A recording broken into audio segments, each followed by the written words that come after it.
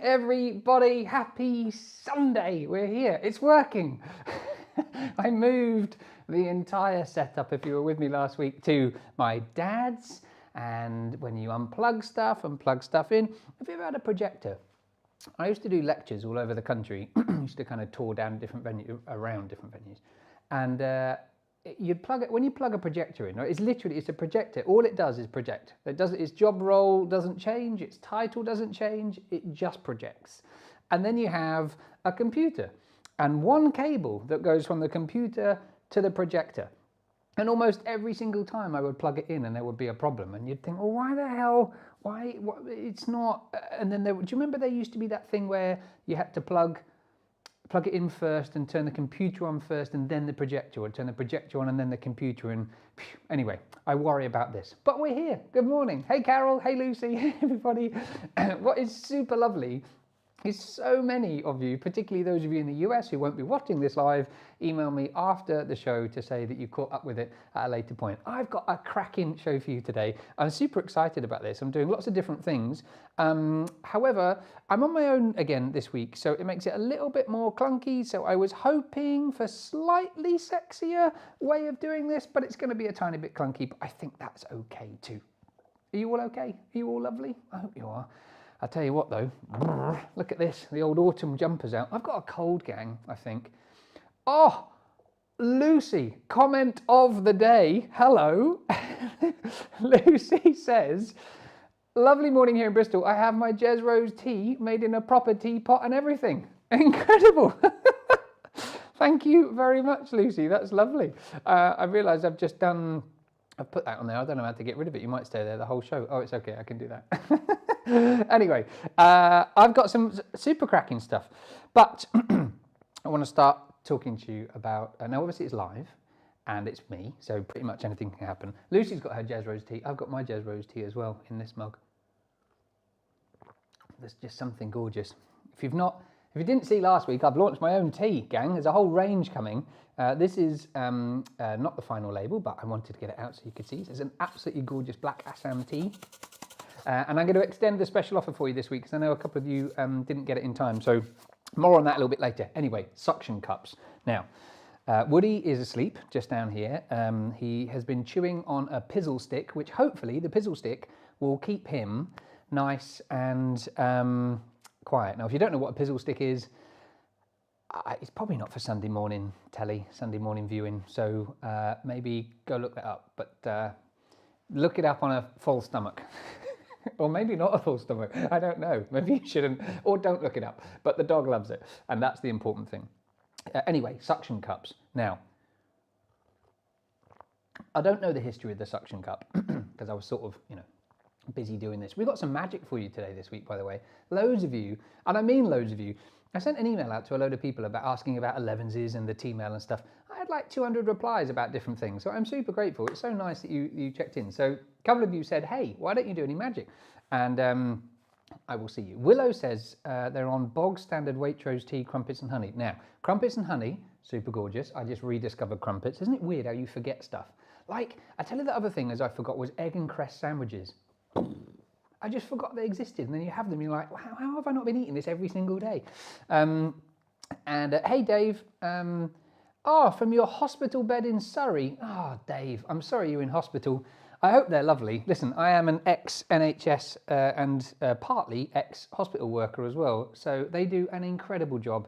And you know what? If you've got slightly grumpy people in hospital, it's because they're having a horrible time trying to do the most amazing job in a system that won't really let them do it. So I tell you how you could make their day, even if you're feeling a little bit rubbish, is tell any of the nurses or the doctors that you're really grateful for them and that they're doing a great time.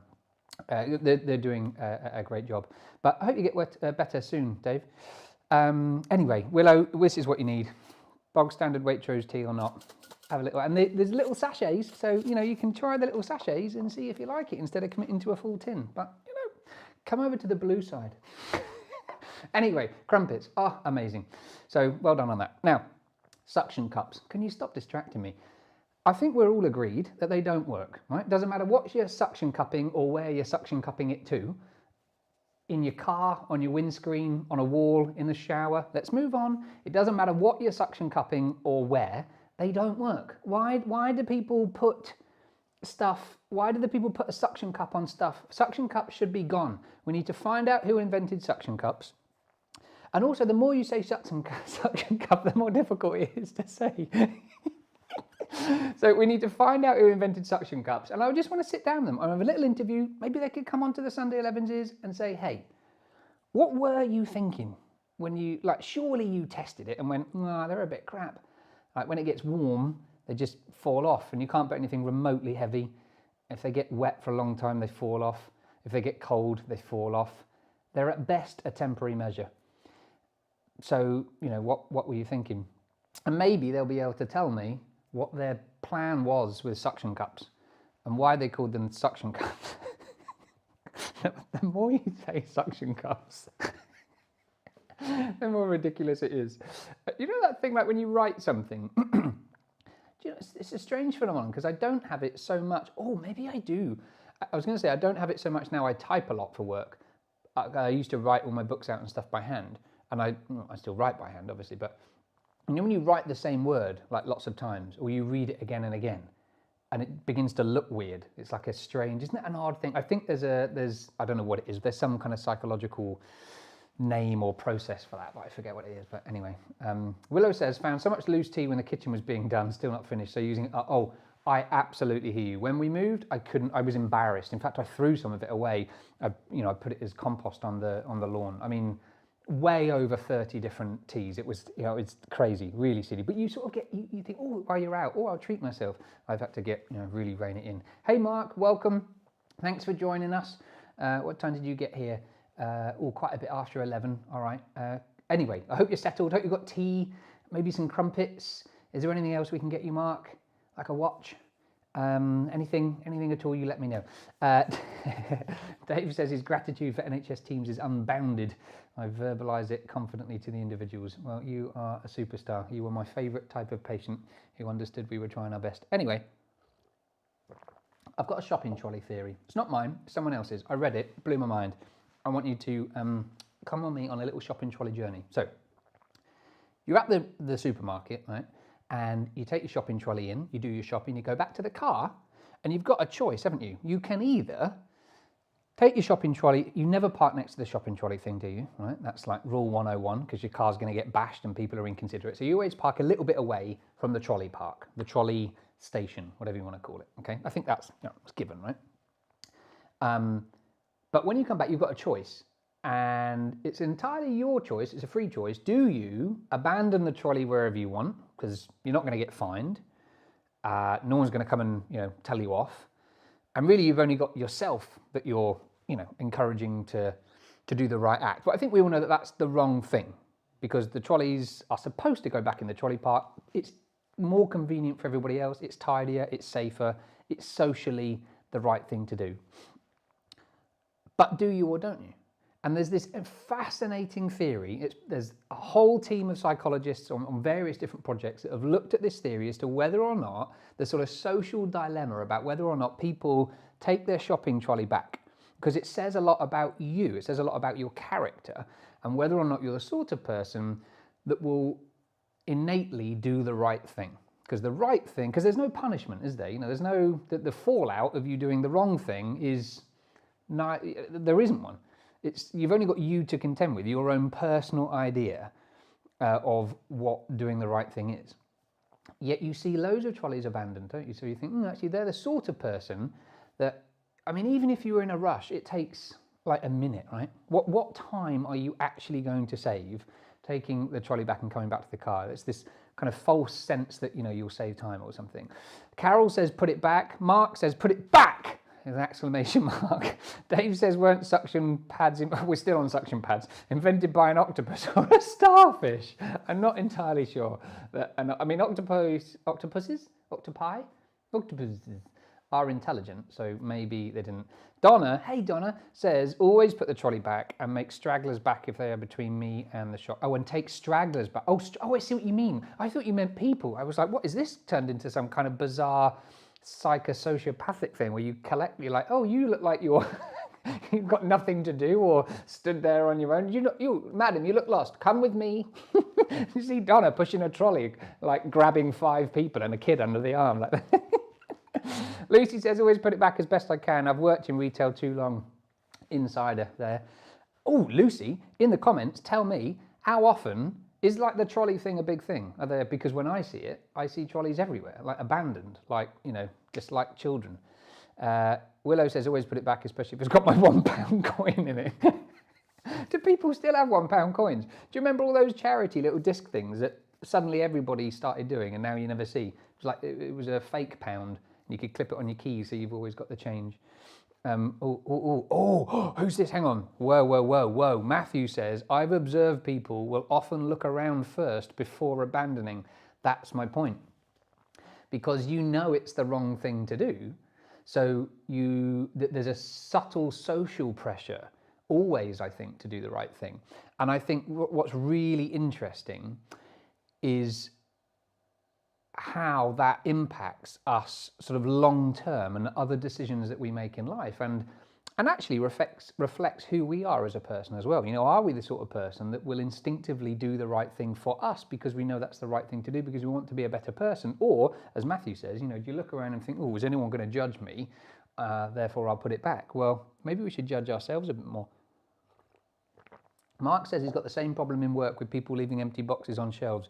Mark, this is not an unremunerated therapy session. Okay, Poppet, calm down. There's a lot of exclamation marks for a Sunday morning.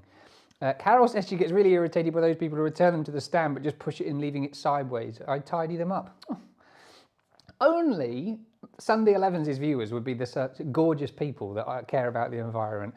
Anyway. Listen, I'm going to move on. Hang on. We're popping back to Lucy. She says, busy day in old job. Used to walk around the large car park finding abandoned ones at the end of the day, usually about 10. Wow, that's epic, that. Well, listen, anyway, gang, we're moving on from shopping trolleys. Oh, by the way, talking of shopping trolleys, there's no link to what I'm about to say. I've just started a brand new series online. You might have seen it on Instagram and on YouTube already. Where I'm debunking old wives' tales.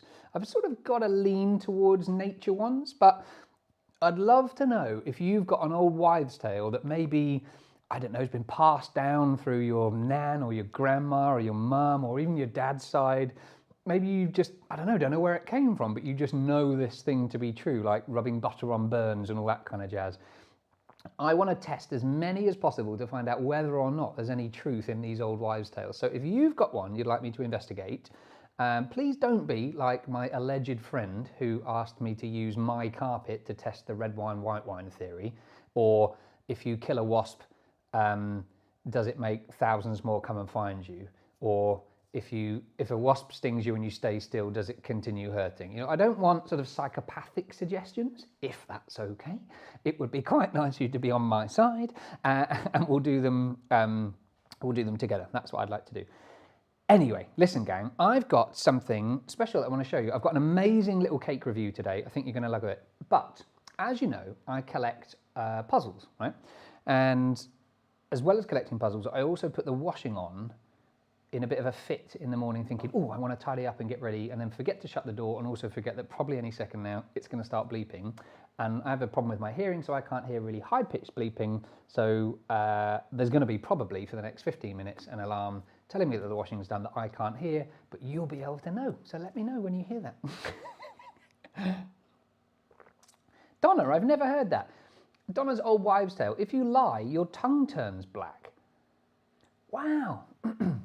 I don't think that's not the case. I'm a magician. My career is lying. Carol says eating bread crusts makes your hair curly. My mum used to say it put hairs on your chest. Paul says pull a grey hair out and loads more will grow back. Anyway, Matthew, no, I don't collect puzzles. I collect puzzles. Although with a puppy, if you looked in some of our cupboards, it would look like I'm collecting puzzles. So, as you know, I collect puzzles. Now, this is where it gets a little bit clunky this week, because what I have to do is I'm going to press a button so that I can, there we go, move up a little bit. I'm going to stand up and bring this into view. There we go. Now, this is one of possibly possibly one of the world's oldest puzzles. It has fooled people and baffled people and mystified people for thousands and thousands of years. No one quite knows the original origin. It's this, and this is sort of like a particularly nice version of it. It's a wooden box. It has a little hole here. You'll see what that's used for in a second. It's got one on the other side as well, solid bottom. It's a little funny little trapdoor on top, and this little door at the front. So you can see inside the box. But the bizarrest things happen with and inside this box. Now, to demonstrate, and it's unfortunate that there's nobody here because you're just going to have to take my word for it, but believe me when I say you can look at everything, you can examine everything, and we're going to do a little bit of that together. There are two chords. I've chosen a white one and a red one so that they contrast and so you can follow what's going on. They're just normal chords. There's no, little secret compartments. There's no bits that come apart. Sort of thing that you've probably got on your bedside table, just the sort of casual things, moving on very quickly. So there's a very interesting thing that happens with the center of these chords. Now, if I put the center of the chords into, can you see this? Yeah, into the center of the box. And at the top here, there's like a little trapdoor with little nooks cut out of it. If I just grab the center of both of these, pull this up like this, trap that in there, you can see at all times, this is quite important, the center of the ropes here and also the ends of the ropes. That's quite important. See that all the time. I'm going to reference the camera a little bit rather than looking at you, just so you can see what's happening. But the bizarrest of things happen if you just wait a second. Watch this. This is incredible. 1, 2, 3. The centers of the ropes linked together. Isn't that just utterly bizarre? And of course, the only way they can get out from each other is, to unlink them. You can see absolutely inside the box. There's nothing inside the box. Some people think there's little squirrels or something like that that help me, and while that is the case for some things, it's not for this. Now, I know what you're thinking.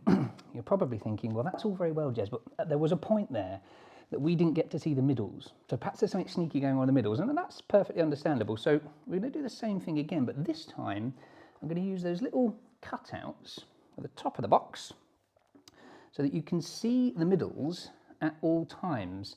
And absolutely, I want this to be as fair as possible. If you were here right now, you could look inside the box, you could, make sure there's no mirrors, no trapdoors, there aren't. You can see the middles, you can see the ends. Here's the white one. Ooh, here we go. You can see the middles, you can see the ends. Everything is super fair. Now, again, if you were here, I'd have somebody put their fingers here, but I'm going to take this pen and put this through the middle of the loops. I'm just going to, hang on, 20 seconds. I don't want that to, so I'm going to draw these. Oh gosh, hang on, gang. Look, you have to just, there's nothing sneaky going on because I know that this is a bit fiddly. This is why it's a bit annoying when there's nobody here. If I draw these down, you can see the middles right up.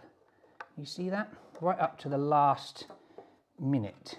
So there's the middles there, ends are here. Now if I very gently take the pen away, you can see the center of the ropes right up until the last second. I'll count to 3. 1, 2, 3. I'll pull them in, and they restrict because the middles, isn't this just the bizarrest of things linked together? I'll open up the front of the box. You can see there they are. The centers linked together. Now for one final demonstration of this puzzle, we only need one. We'll probably use the red one because that seems to be showing up best on here. And we're going to, again, you can see right the way inside the box. I'll thread the Fred, he gets involved a lot, doesn't he? The red cord through here. You can see the ends. Now we're going to reverse this because this time the middles go into the box and the ends stay out. And we'll just put those there. And I've got here a little ring. It's a solid ring. It's genuinely solid. That's not how this works. It's like a little curtain ring, I suppose. Elephant's wedding ring. Now if you listen, there's not really anything to see, but if you listen, hopefully you'll hear it kind of jump inside. We sort of heard it. Now listen and watch very carefully. This is incredible. I flipping love this. Can you see this? Isn't that just remarkable? There is the ring threaded, where is it? Here. Into the center of the rope. It's very bizarre doing it on your own like that. There it is, nothing to see in the box. And there is the mystery of the ends and the middles. Isn't that just the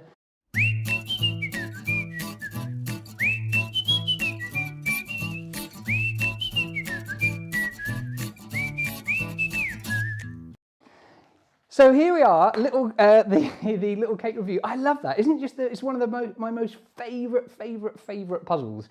And I had to present it in a very short period of time today. There's some other bits that go with it as well. But I love how bizarre and impossible and tactile it is. And it's even better when you're here because you get to see it. Now, I don't like donuts. There, I've said it. I know I'm probably going to lose friends and followers about it, but I'm just not that bothered about donuts. My best friend's husband absolutely loves donuts. He's a bit donut obsessed. I mean, he'll go out of his way to find particular donuts. I mean, really crazy. And she told me about Crosstown donuts, all right? Crosstown donuts. Now these, I don't really like them. So she said, doesn't matter if you don't like donuts, they are utterly gorgeous and incredible. You've got to get them. So this week, I'm reviewing Crosstown donuts. They come in this gorgeous, they're all handcrafted in London. They come in this gorgeous box. And this is their vegan selection. Now, I'm not vegan, but she said their vegan sourdough donuts are utterly gorgeous. They're really beautifully presented. There's 6 in this box. They're a bit of a treat. They're not cheap donuts, but check out this. Now, inside here, oh, gang, the smell is incredible. It's like a next day delivery. You can get them in London. There are some stores, or they deliver nationwide. So here we have a vanilla and tonka bean donut.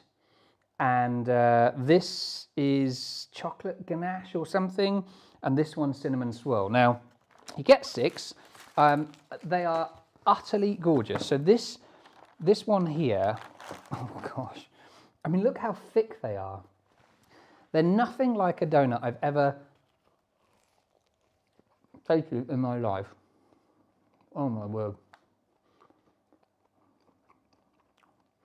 Now every week, oh crikey, I try to provide a little review of the best types of cakes and donuts, or any sweet treat really, to accompany Elevenses.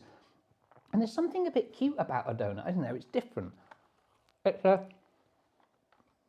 now this is so thick and squidgy, and the vanilla is not overpowering. It's got a kind of classic donut taste to it, with a little twist. Lucy says vegan sourdough donuts, very 2022. They are. And I'm going to have a quick rinse just for you. This is all for your benefit, obviously. Having a rinse of my own tea there, my own Nature's Tea Break tea, available in the shop. Now, Mark said he'll have the chocolate one, so I'll give you a little go on this. It's got these this crumbly. Oh crikey! It smells chocolatey as well. And Oh wow! It's got ganache in it. Oh wow! Oh, that is nice. It's got like a layer of chocolate ganache in there.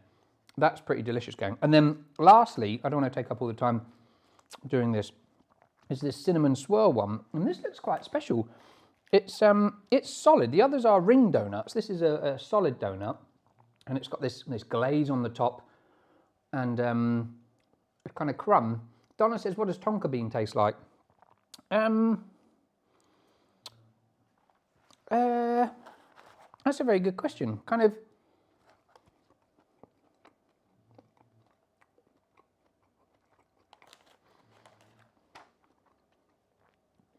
it's impossible. Kind of earthy. I don't really know. It's nice. So this is cinnamon swirl. I guess. Oh, hello. That's good. That's an autumnal donut, ladies, gents, he, she, them, they. That is a, wow. That's good. Anyway, I think if you like donuts, you're going to love them. If you don't like donuts, I'd still give them a go. They're really nice. They're much better fresh. They arrived yesterday, so they're sort of, I guess, 2 days old now, because they're made fresh, obviously, on the Friday, but they taste delicious. I reckon, if you're looking for a nice little Elevenses treat. That's probably a, I don't know, I'd give them a sort of 7.5 out of 10, I reckon. No, it's not got a filling mark, the cinnamon one. It's sort of on the top, so but the dough is made with, so they're not all plain donuts just with the filling or the taste on top. Good question. The cinnamon one, so for example, you might not be able to see that because of where I am and I can't focus from a distance away, but it's got cinnamon within the dough, the tonka beans within the dough. The chocolate one, does it have a flavour within the dough? Probably. So it's sort of all of a part of it. So I'm a convert. I am Carol. That is it. That's me. I love them. I love donuts, providing they're particular donuts. Now, where are we going now? Let me have a quick look. Blah, blah, blah, blah, blah. Don't know. Don't forget to subscribe if you haven't already. That's really important. Because you'll get updates as soon as I go live. It's much easier rather than trying to find, where it is and going live. But you seem all to be doing very well with it. Now, it is, ladies and gentlemen, time, of course, for my big idea. And my big idea this week actually relates to mealybug. I've got this thing, I've got problems here in Rose Towers.